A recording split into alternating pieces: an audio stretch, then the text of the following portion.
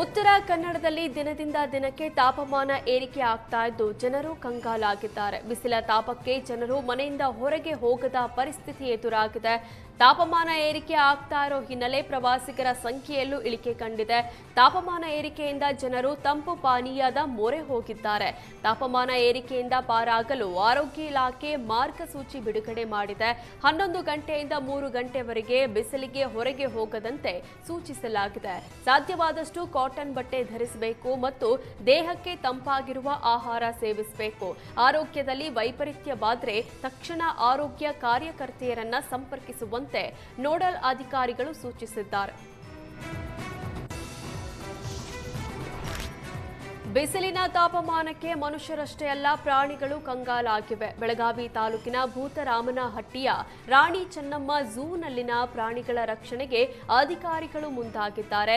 ಮೃಗಾಲಯದಲ್ಲಿ summer protocol ಅರಣ್ಯ ಇಲಾಖೆ ಅಧಿಕಾರಿಗಳು ಜಾರಿಗೊಳಿಸಿದ್ರು.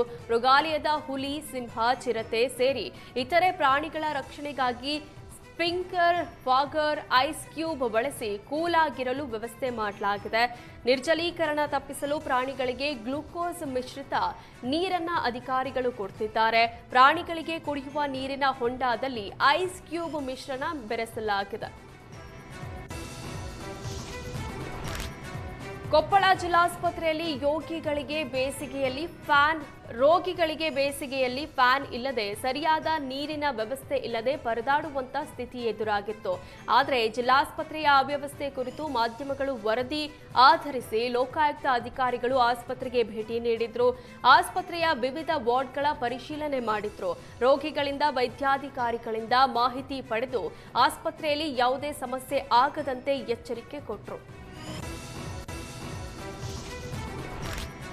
ಬೆಳಗಾವಿಯ ಜಂಡರವಾಡ ಗ್ರಾಮದಲ್ಲಿ ಬೃಹತ್ ಮೊಸಳೆ ಪ್ರತ್ಯಕ್ಷವಾಗಿದೆ. ಮೊಸಳೆ ಕಂಡು ಗ್ರಾಮದ ಜನರಲ್ಲಿ ಆತಂಕ ಮನೆ ಮಾಡಿದ್ದು, ಕೃಷಿ ಜಮೀನಿನಲ್ಲಿ ಕೆಲಸ ಮಾಡೋದಕ್ಕೆ ಭಯ ಪಡ್ತಿದ್ದಾರೆ.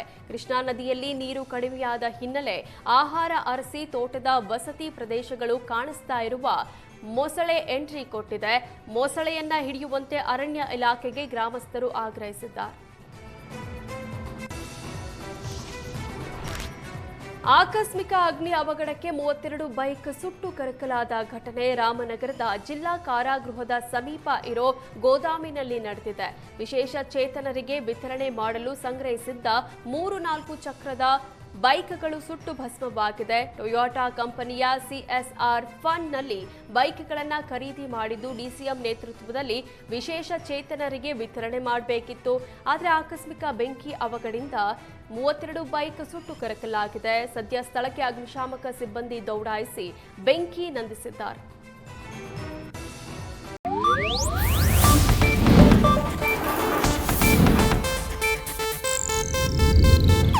ಇದು ಏಷ್ಯಾನೆಟ್ ನ್ಯೂಸ್ ನೆಟ್ವರ್ಕ್ ಪ್ರಸ್ತುತಿ.